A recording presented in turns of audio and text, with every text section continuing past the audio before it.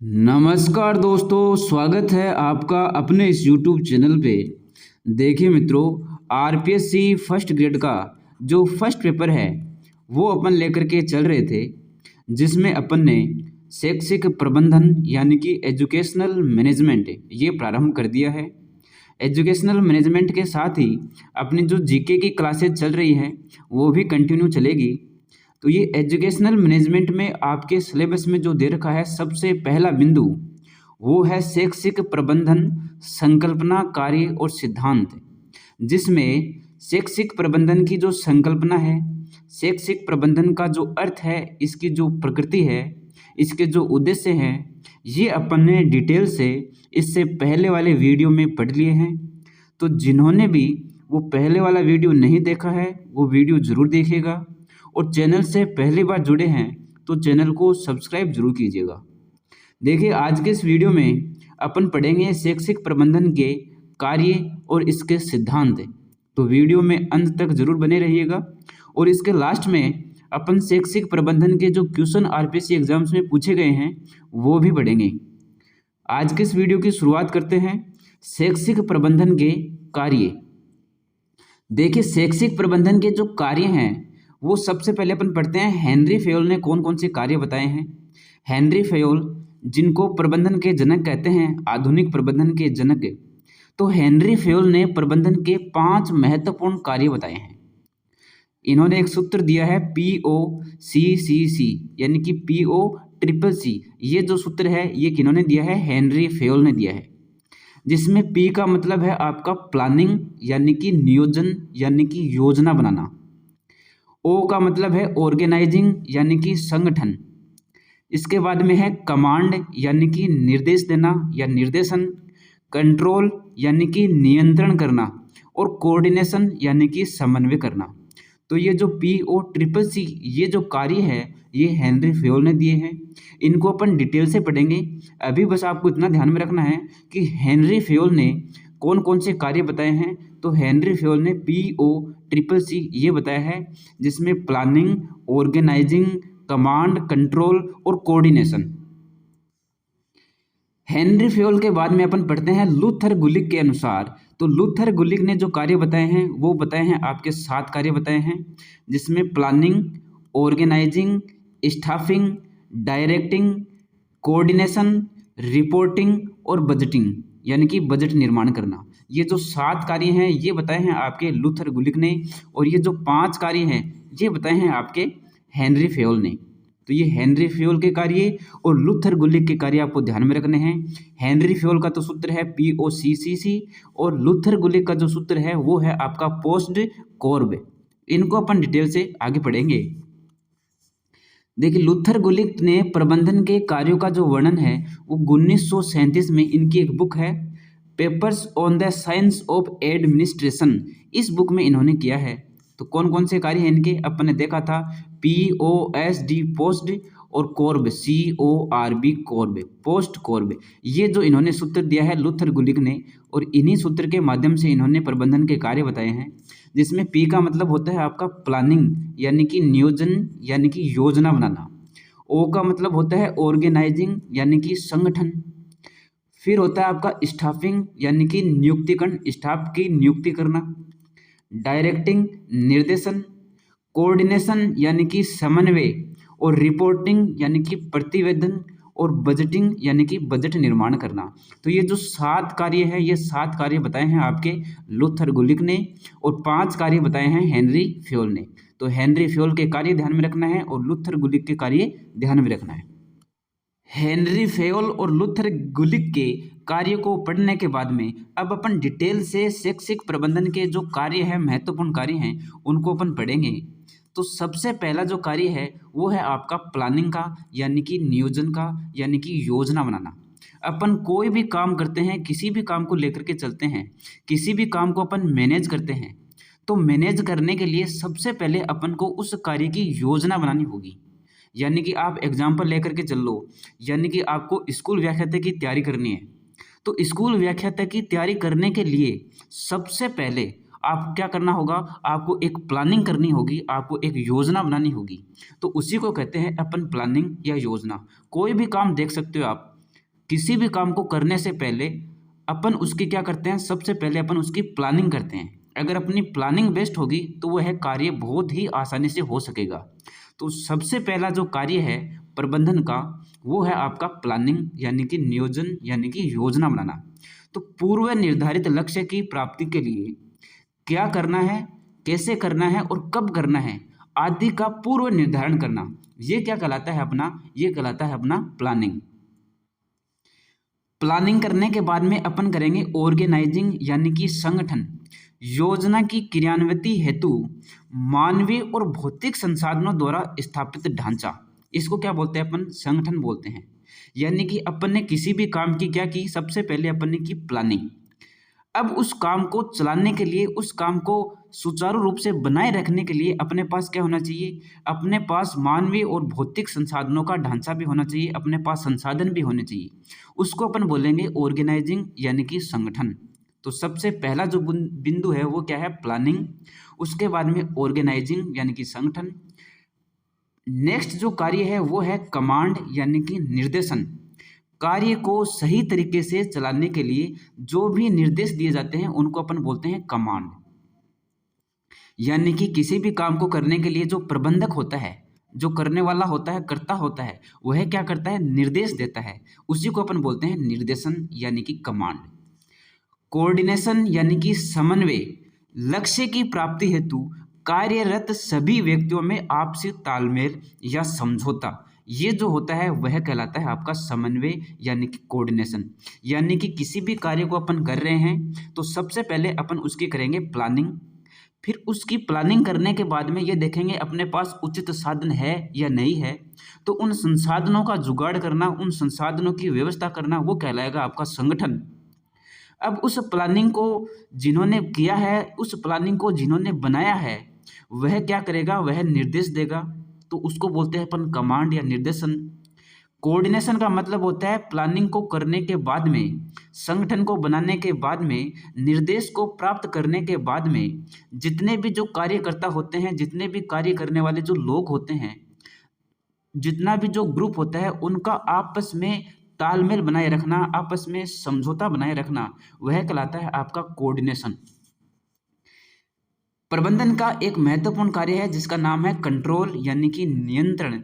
उचित सुधारात्मक कार्यवाही यानी कि कोई भी अपन को कार्यवाही करनी होगी, किसी भी प्रकार का सुधार करना होगा, तो अपन क्या करेंगे, नियंत्रण करेंगे, कंट्रोल करेंगे उस कार्य में, तो वह कहलाता है आपका कंट्रोल या नियंत्रण। तो ये जो शैक्षिक प्रबंधन के कार्य हैं, इनको आप एकदम क्रमिक रूप से ध्यान में रखना है। प्लानिंग, ऑर्गेनाइजिंग, कमांड, कंट्रोल और कोऑर्डिनेशन।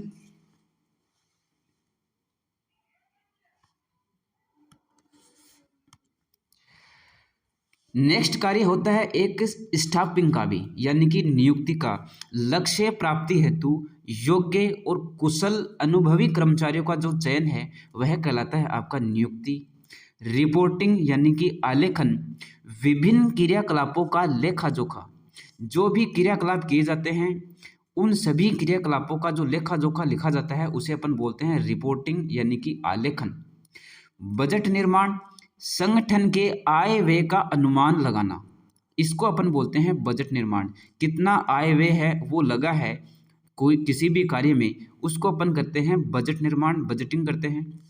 मोटिवेशन यानी कि अभिप्रेरणा, इसे प्रबंधन का हृदय कहा जाता है।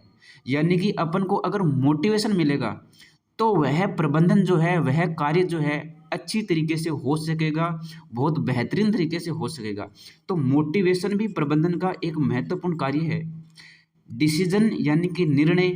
समस्या समाधान के समय सर्वोत्तम विकल्प का चयन, ये कहलाता है आपका डिसीजन या निर्णय लेना। अपने पास में किसी भी प्रकार की कोई समस्या आई तो उसका अगर अपन समाधान करेंगे तो अपने पास बहुत सारे विकल्प होंगे, उन बहुत सारे विकल्पों में से सबसे उत्तम जो विकल्प है उसका चयन करना कहलाएगा निर्णय। इनोवेशन या नवाचार, नवीन तकनीक व कार्य पद्धति का प्रयोग। यानी कि नई नई तकनीकों के माध्यम से, नई नई विधियों के माध्यम से अपन उस कार्य को बहुत अच्छी तरीके से कर सके, तो अपन क्या करेंगे, उसमें नई नई तकनीकों का प्रयोग करेंगे, वह कहलाता है आपका इनोवेशन यानी कि नवाचार।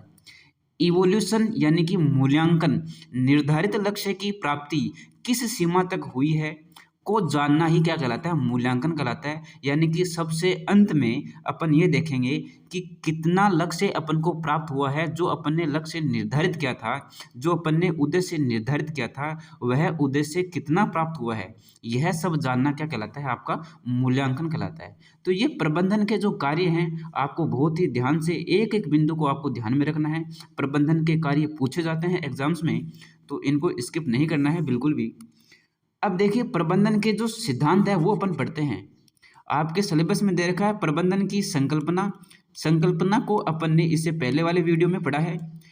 प्रबंधन के कार्य जो है अपन ने डिटेल से पढ़ लिए हैं। प्रबंधन के हेनरी फ्योल ने जो कार्य दिए हैं 5, और प्रबंधन के लूथर गुलिक ने जो कार्य दिए हैं 7, वो भी अपन ने डिटेल से देखे हैं। अब अपन पढ़ेंगे प्रबंधन के सिद्धांत। तो देखिए हेनरी फ्योल का सिद्धांत, सबसे पहले अपन देखेंगे कि हेनरी फ्योल ने कौन सा प्रबंधन का सिद्धांत दिया है। इन्हें आधुनिक प्रबंधन का जन्मदाता कहा जाता है, हेनरी फ्योल को। फ्योल ने अपनी पुस्तक जनरल एंड इंडस्ट्रियल मैनेजमेंट में प्रबंधन के 14 सिद्धांत बताए हैं। कितने सिद्धांत बताए हैं? 14 सिद्धांत बताए हैं। किसने? हेनरी फ्योल ने। इन सिद्धांतों को प्रशासन के सिद्धांत भी कहा जाता है। इन्हें प्रबंधन के सिद्धांत या प्रशासन के सिद्धांत, ये दोनों नामों से जाना जाता है। ये 14 जो सिद्धांत है ये दिए हैं आपके हेनरी फ्योल ने। अब अपन एक एक करके इन 14 सिद्धांतों को डिटेल से पढ़ेंगे, जिसमें पहला जो सिद्धांत है वो है कार्य का विभाजन। इसको विशिष्टीकरण का सिद्धांत भी कहा जाता है। यानी कि संपूर्ण कार्य को, हेनरी फ्योल ने कहा है कि संपूर्ण कार्य को छोटे छोटे कार्यों में बांटना चाहिए। अपने पास कोई भी कार्य है, इस कार्य को अपन को करना है, अपन प्लानिंग करते हैं, इस कार्य को करने की योजना बनाते हैं, तो अपन को क्या करना है, इस कार्य को छोटे छोटी इकाइयों में, छोटे छोटे कार्यों में अपन इसको बांट करके, विभाजित करके अपन कर सकते हैं। इसको बोलते हैं विशिष्टीकरण का सिद्धांत या कार्य के विभाजन का सिद्धांत। नेक्स्ट सिद्धांत है अधिकार एवं उत्तरदायित्व। उत्तरदायी व्यक्ति को कार्य सौंपना चाहिए। किसी भी कार्य को उस व्यक्ति को सौंपना चाहिए जो उस कार्य को करने के लिए उत्तरदायी हो। यानी कि उत्तरदायी यानी कि जिम्मेदार व्यक्ति को ही कार्य सौंपना चाहिए। अर्थात अधिकार या सत्ता किसी उत्तरदायित्व को पूरा करने का माध्यम है। तो ये जो सिद्धांत है आपके दिए हैं हेनरी फ्योल ने, 14 सिद्धांत दिए हैं, जिसमें 2 सिद्धांत आपने पढ़ लिए हैं, कार्य का विभाजन और अधिकार एवं उत्तरदायित्व। नेक्स्ट सिद्धांत है अनुशासन का सिद्धांत, यानी कि नियमों का पालन करना ही अनुशासन है। नियमों से किसी भी कार्य को करना, यही क्या कहलाता है, आपका अनुशासन कहलाता है। आदेश की एकता, एक अधिकारी एक आदेश, यानी कि एक कर्मचारी को एक अधिकारी से आदेश मिलना चाहिए।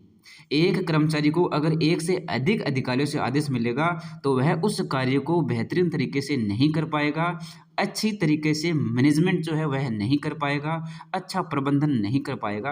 अतः हेनरी फ्योल ने कहा है कि आदेश की क्या होनी चाहिए, एकता होनी चाहिए, यानी कि एक अधिकारी सिर्फ एक आदेश देना चाहिए। निर्देश की एकता, वन हेड वन प्लान, यानी कि एक अधिकारी एक योजना, यानी कि एक अधिकारी जो है वो एक ही योजना को बनाना चाहिए, उसको पहले एक ही आदेश उसको देना चाहिए। इसको अपन बोलते हैं निर्देश की एकता।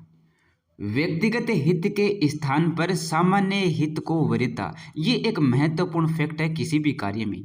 यानी कि कोई भी जो कार्य है वह तब अच्छी तरीके से हो पाएगा जब उसको कार्य को करने वाले जितने भी लोग हैं वो व्यक्तिगत हित को वरीयता नहीं देंगे, व्यक्तिगत हित को महत्वपूर्ण ना मान करके वो सामान्य हित को वरीयता देंगे, सामान्य हित को महत्वपूर्ण मानेंगे, तब वह कार्य जो है एक अच्छी तरीके से हो पाएगा। तो अतः व्यक्तिगत हित के स्थान पर क्या होना चाहिए, सामान्य हित होना चाहिए। वेतन या पारिश्रमिक, कार्य के अनुसार वेतन दिया जाना चाहिए। केंद्रीयकरण, छोटे छोटे संगठनों में केंद्रीयकरण होना चाहिए, जबकि जो बड़े संगठन हैं उन बड़े संगठनों में विकेंद्रीकरण होना चाहिए।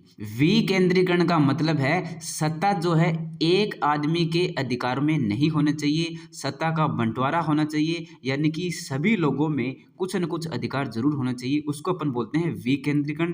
केंद्रीकरण का मतलब होता है जितने भी जो अधिकार होते हैं वो सारे के सारे एक आदमी में केंद्रित होते हैं, एक ही अधिकारी होता है उसका का, तो उसको अपन बोलते हैं केंद्रीकरण। तो जो छोटे संगठन है वहाँ तो केंद्रीकरण हो सकता है, लेकिन बड़े संगठनों में विकेंद्रीकरण होना चाहिए। सोपान श्रृंखला, फेयोल पुल भी इसको बोलते हैं। प्रत्येक संस्था में उच्च पद से लेकर के और निम्न पद तक फैली अधिकारियों व कर्मचारियों के अधिकारों की श्रृंखला, ये क्या कहलाती है? आपकी सोपान श्रृंखला कहलाती है। व्यवस्था, प्रत्येक व्यक्ति का उचित स्थान होना चाहिए। देखिए व्यवस्था जो है, अपन मानवीय व्यवस्था देखें या फिर भौतिक व्यवस्था देखें, वो दोनों की दोनों जो व्यवस्था है वो अच्छी होनी चाहिए। यानी कि भौतिक व्यवस्था में तो क्या हो जाएगा, आपके जितने भी जो सामग्री हैं, जितनी भी जो वस्तुएं काम आ रही है उस कार्य को करने के लिए, उन सभी सामग्रियों की एक उचित व्यवस्था होनी चाहिए, उचित उनका स्थान होना चाहिए। और जितने भी जो कार्य कर रहे हैं मानवीय जो लोग हैं, उनका भी उचित स्थान होना चाहिए। इसको अपन बोलेंगे व्यवस्था। समानता, सभी के प्रति समान व्यवहार किया जाना चाहिए। अच्छा प्रबंधन तभी होगा, अच्छा कार्य तभी हो पाएगा, उद्देश्य की पूर्ति तभी हो पाएगी जब जितने भी कार्य करने वाले लोग हैं उन सभी के प्रति समान व्यवहार हो। कर्मचारियों के कार्यकाल में स्थायित्व, किसी भी संस्था में कार्यरत कर्मचारियों के पद की सुरक्षा व स्थायित्व हो। अगर पद की सुरक्षा नहीं होगी, उनका स्थायित्व नहीं होगा पद का, तो जो भी कार्य करने वाले लोग हैं उनमें यह भय रहेगा कि किसी भी समय अपना पद जा सकता है, वह उस कार्य को रुचिपूर्ण तरीके से नहीं करेंगे। इसलिए क्या होना चाहिए, कर्मचारियों के जो पद है उनकी सुरक्षा होनी चाहिए। पहल, कर्मचारियों को अपनी योजना प्रस्तावित करने की स्वतंत्रता होनी चाहिए। यानी कि प्रबंधन को करने वाले जितने भी लोग हैं, जितने भी कर्मचारी हैं, उन सभी कर्मचारियों को आज़ादी होनी चाहिए, स्वतंत्रता होनी चाहिए कि वो अपने विचार व्यक्त कर सके, अपनी योजना को बता सके। तो यह स्वतंत्रता उनको होनी चाहिए, तब वह प्रबंधन अच्छा हो सकेगा। सहयोग की भावना, संगठन के लोगों के मध्य आपसी एकता व सहयोग की भावना होनी चाहिए। तो ये जो 14 सिद्धांत हैं एक अच्छे प्रबंधन को करने के लिए दिए गए हैं हेनरी फेयोल के द्वारा। तो ये 14 के 14 सिद्धांतों को आपको ध्यान में रखना है, इनको डिटेल से पढ़ना है। अब अपन पढ़ेंगे लूथर गुलिक का सिद्धांत। लूथर गुलिक ने प्रबंधन के 10 सिद्धांत दिए हैं। देखिए अपन ने हेनरी फेयोल को पढ़ा है, तो हेनरी फेयोल ने प्रबंधन के कितने सिद्धांत दिए हैं? 14 सिद्धांत दिए हैं। और हेनरी फेयोल ने जो कार्य बताए हैं प्रबंधन के, वो कितने बताए हैं? 5 कार्य बताए हैं, जिनको अपन बोलते हैं POCCC, यानी कि POCCC। ये हेनरी फेयोल का काम है, ये ध्यान में रखना है। लूथर गुलिक जो है, इन्होंने प्रबंधन के कितने सिद्धांत दिए हैं? इन्होंने प्रबंधन के 10 सिद्धांत दिए हैं। और इन्होंने प्रबंधन के कार्य कितने बताए हैं? इन्होंने प्रबंधन के कार्य 7 कार्य बताए हैं, जिनको अपन बोलते हैं पोस्ट कोर्ब। तो ये ध्यान में रखना है आपको लूथर गुलिक का, ये ध्यान में रखना है आपको हेनरी फेयोल का। अब इनके जो सिद्धांत है, 10 सिद्धांत, वो अपन देखते हैं। पहला सिद्धांत है कार्य विभाजन और विशिष्टीकरण।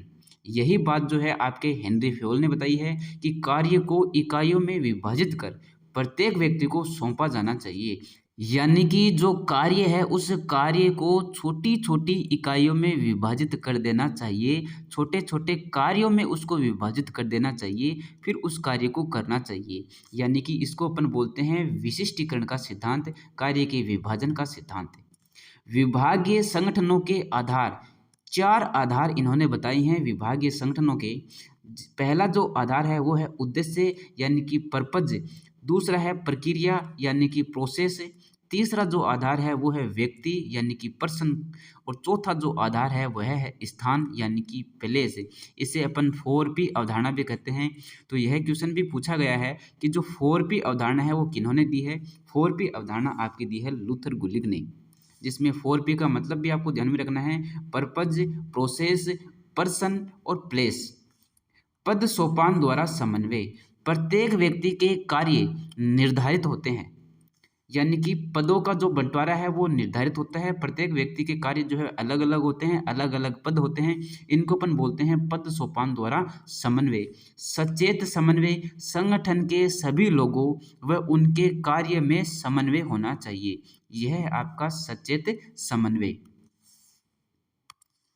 समितियों द्वारा समन्वय, समितियों की स्थापना करके प्रभावी समन्वय स्थापित होना चाहिए।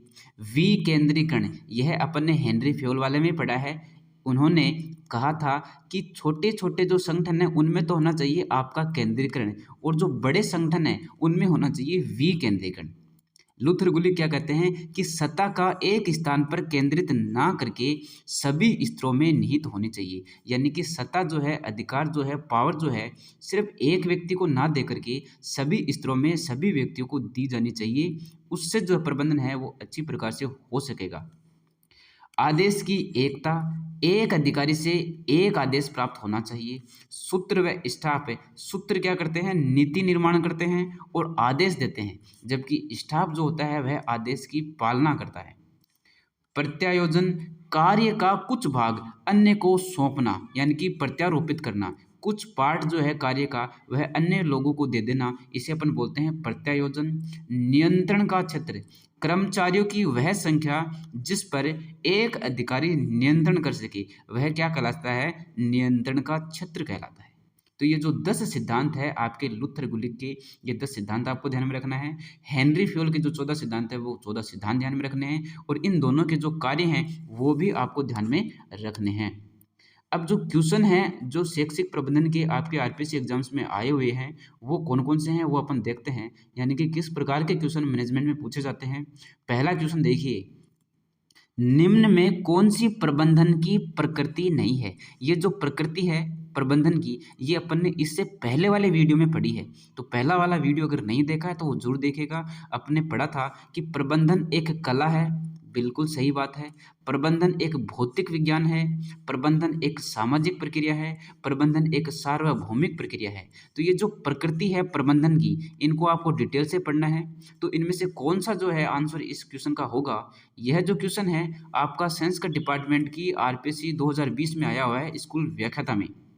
तो इस प्रकार के क्वेश्चन आते हैं। तो देखिए इस क्वेश्चन का जो राइट आंसर है वो होगा ऑप्शन बी, प्रबंधन एक भौतिक विज्ञान है, यह नहीं होगा, यह इसकी प्रकृति नहीं है। प्रबंधन एक कला है, प्रबंधन एक विज्ञान है, लेकिन स्पेशली जो भौतिक विज्ञान है यह नहीं है। ठीक है, तो ये आपको ध्यान में रखना है। नेक्स्ट जो क्वेश्चन है, निम्न में कौन सी प्रबंधन की प्रकृति नहीं है। देखिए प्रकृति से संबंधित जो क्वेश्चन है ये आते हैं 2020 में भी आया हुआ है, 2021 में भी आया हुआ है। तो प्रबंधन एक विज्ञान है, प्रबंधन एक कला है, प्रबंधन एक भौतिक विज्ञान है, प्रबंधन एक सार्वव्यापिक है। तो इस क्वेश्चन का भी राइट आंसर क्या हो जाएगा, ऑप्शन सी, प्रबंधन एक भौतिक विज्ञान है, यानी कि यह प्रबंधन की प्रकृति नहीं है। बाकी प्रबंधन एक विज्ञान है, यह इसकी प्रकृति है। प्रबंधन एक कला है, प्रबंधन सार्वव्यापिक है, प्रबंधन सामाजिक प्रक्रिया है, प्रबंधन सार्वभौमिक प्रक्रिया है। ये जितनी भी जो प्रकृति है इसकी वो आपको ध्यान में रखनी है, इससे क्वेश्चन जरूर पूछा जाता है। नेक्स्ट क्वेश्चन की अगर अपन बात करें कि प्रबंधन का पोस्ट कॉर्प सूत्र किसने दिया, तो ये पोस्ट कॉर्प सूत्र किसने दिया है, हेनरी फ्योल ने, लूथर गुलिक ने, या जॉर्ज और टेरी ने, आर.सी. डेविस ने। तो अपन ने पढ़ा था कि जो पोस्ट कॉर्प सूत्र है वह दिया है लूथर गुलिक ने। लूथर गुलिक ने दिया है ये पोस्ट कॉर्प, जिसमें पी का मतलब होता है प्लानिंग, ओ का मतलब होता है ऑर्गेनाइजिंग यानी कि संगठन, एस का मतलब होता है स्टाफिंग, डी का मतलब होता है डायरेक्टिंग, और सी का मतलब होता है सीओ, इसका मतलब होता है कोऑर्डिनेशन, और आर का मतलब होता है रिपोर्टिंग, और बी का मतलब होता है बजटिंग यानी कि बजट निर्माण। तो ये जो 7 कार्य बताए हैं आपके, ये बताए हैं लूथर गुलिक ने, और हेनरी फ्योल ने बताए हैं 5 कार्य, जिनको अपन बोलते हैं POCCC यानी कि POCCC। नेक्स्ट क्वेश्चन देखिए, हेनरी फ्योल के प्रबंधन के कार्य में शामिल नहीं है। देखिए हेनरी फ्योल ने प्रबंधन के कार्य कितने कार्य बताए हैं, इन्होंने 5 कार्य बताए हैं। कौन कौन से, POCCC, जिसमें प्लानिंग, ऑर्गेनाइजिंग, कमांड, कंट्रोल और कोऑर्डिनेशन। तो योजना निर्माण यानी कि ये हो गया प्लानिंग, तो ये तो बताया है हेनरी फ्योल ने। संगठन यानी कि ऑर्गेनाइजिंग, ये भी बताया है। समादेश यानी कि आदेश, तो कमांड कंट्रोल अपन पढ़ते हैं ना, कमांड कंट्रोल कोऑर्डिनेशन, तो जो कमांड है यानी कि निर्देश है यह क्या कहलाएगा, समादेश कहलाएगा। बजट निर्माण, यह जो है हेनरी फ्योल ने नहीं बताया है। बजट निर्माण किसने बताया है, ये लूथर गुलिक ने बताया है। तो इस क्वेश्चन का जो राइट आंसर है वह हो जाएगा ऑप्शन डी, बजट निर्माण। नेक्स्ट क्वेश्चन है, विद्यालय प्रबंधन का प्रजातांत्रिक सिद्धांत है। यह क्वेश्चन जो है आपका HM 2018 में आया हुआ है। एक तंत्रीय निर्णय करना, व्यक्तिगत कार्य करना, सहभागी उत्तरदायित्व और निर्णय दृढ़ता। इनमें से कौन सा जो राइट आंसर है वो इस क्वेश्चन का होगा? तो प्रजातांत्रिक का मतलब होता है सारी की सारी जो पावर है वो एक सत्ता की ना होकर के, यानी कि एक व्यक्ति की ना होकर के पूरे जो व्यक्ति हैं उनकी होती है, प्रजा की होती है। पूरे जो अधिकार हैं वो प्रजा के पास होते हैं, यानी कि एक तंत्रीय निर्णय करना, यह बात गलत है। व्यक्तिगत कार्य, यह तो एक तंत्र की बात आ गई, यह भी गलत है। और सहभागी उत्तरदायित्व है, इसमें देखो कोऑर्डिनेशन की बात आ रही है, सहभागिता की बात आ रही है, प्रजा की बात आ रही है। तो इस क्वेश्चन का जो राइट आंसर है वह हो जाएगा ऑप्शन सी, सहभागी उत्तरदायित्व। तो इस प्रकार के क्वेश्चन भी आते हैं आपके, ध्यान में रखना है इनको भी। तो आज के इस वीडियो में अपन इतना ही पढ़ेंगे। प्रबंधन का जो पहला पार्ट था, पहला बिंदु था प्रबंधन की संकल्पना, कार्य और सिद्धांत, ये अपना आज के इस वीडियो में कंप्लीट होता है। अब मिलेंगे अपन नेक्स्ट वीडियो में। वीडियो को ज़्यादा से ज़्यादा लाइक कीजिए, शेयर कीजिए। अगर सब्सक्राइब नहीं किया है तो सब्सक्राइब भी जरूर कीजिएगा। मिलते हैं नेक्स्ट वीडियो में। धन्यवाद।